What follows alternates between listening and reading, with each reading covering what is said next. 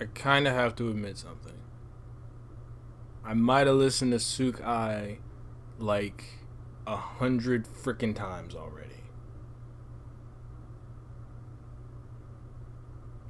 I'm sorry. I just don't have a title for what happens when you listen to a song 100 times.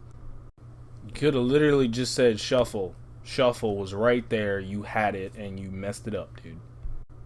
I just don't. Obviously, that must mean that Souk is my favorite song, right? Right? Totally not.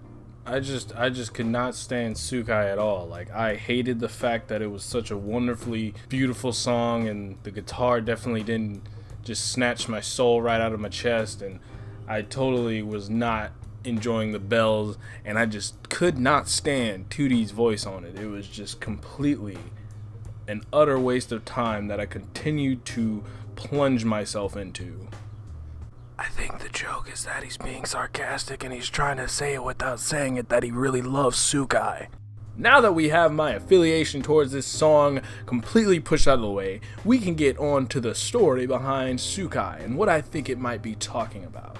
Originally, I thought Sukai was definitely a prelude to another song on here. I want to say it was Kansas at the time, but now I feel like Sukai is actually the ending, and it's the not only actual last song on the album, but it's the last song in the chronological uploading they did on their YouTube channel, Gorillaz that is. Whereas Magic City talked about him wanting to leave, Sukai is the narrator finally leaving.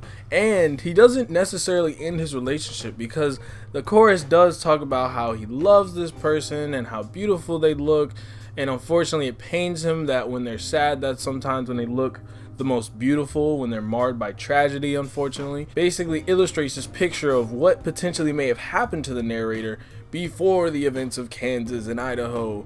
How Idaho seemed to be that narrator waking up, and Kansas seemed to be that narrator still on the road. Magic City being where that person might have found said love, and or that said love brought them there.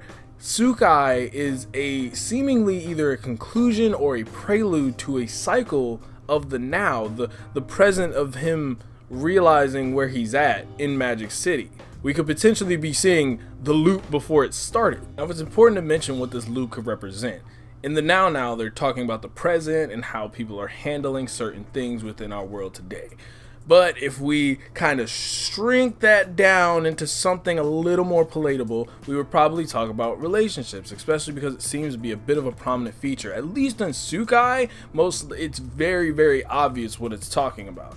Other songs, it seems to kind of reference it a little bit, but not to the point that you can safely assume it's only about a relationship. With Sukai, it's this person realizing that, hey, I gotta go back to my hometown where I will feel more comfortable. I gotta go back to Kansas. That's why I think it's a part of the loop, because in Kansas, it's talking about trying to be better than that and trying to understand that you're no longer in your comfort zone. So what this could represent is the loop itself could potentially represent a relationship that has a lot of issues, and it has significant highs, but then it drops down, and suddenly, you're seeing things from a different perspective, and you feel like you should leave, so you take some time off, and you come back, and it's just perfect again. You're in Magic City until you want to go back to Kansas. But if we get trapped in this loop, i.e. Magic City, where we only look at the surface things that are good, and we don't pay attention to the bad things that may be happening, we will be stuck there forever. And no one wants to be stuck there forever. Essentially, what I think Sukai is doing is basically trying to embrace a future, potentially whatever it may be, while also saying goodbye to the past. And being able to accept the future sometimes means letting go of some certain things that may have weighed you down, and being able to take some things forward with you. But that's only if you escape the loop. Escaping the loop means not only being able to acknowledge mistakes and things that might have happened in the past, but being able to realize that certain things are not necessary and certain things aren't always going to be there. I.e. leaving Kansas, leaving your comfort zone, and being more comfortable with yourself as a person. This is easier said than done, and also ironic because I do my videos from a chair that is comfortable, that I like. A lot. I could sit here all day. I could just sit here all day. All day. The Now Now as an album is particularly enjoyable. I definitely will come back to majority of these songs, if not all of them. And I think you guys should go give the album a listen. It was a good album. I enjoyed doing a Sashimi Thoughts where I went through an entire album, even if technically Souk wasn't the Souk was definitely not Sashimi Thoughts. Like, I've listened to it so many times and just kind of had that sitting in my head, just like cooking. So at this point, it's like fried thoughts. Is it fried Sashimi? I don't know. Can't really fry something that is naturally cold. Like, if it's supposed to be cold, it's no longer sashimi. Definitely go give Now Now a listen if you haven't. Well, this guy says,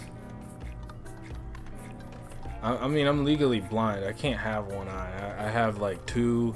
And then there's the classic joke where people suddenly are really good at math and they say I have 4, but that logically doesn't make sense, because it's just like, if I have 4 eyes, you should be terrified of me. But really, it's just I have literal magnification devices on my eyes. That's all it is. That's all it is. This has been a lesson.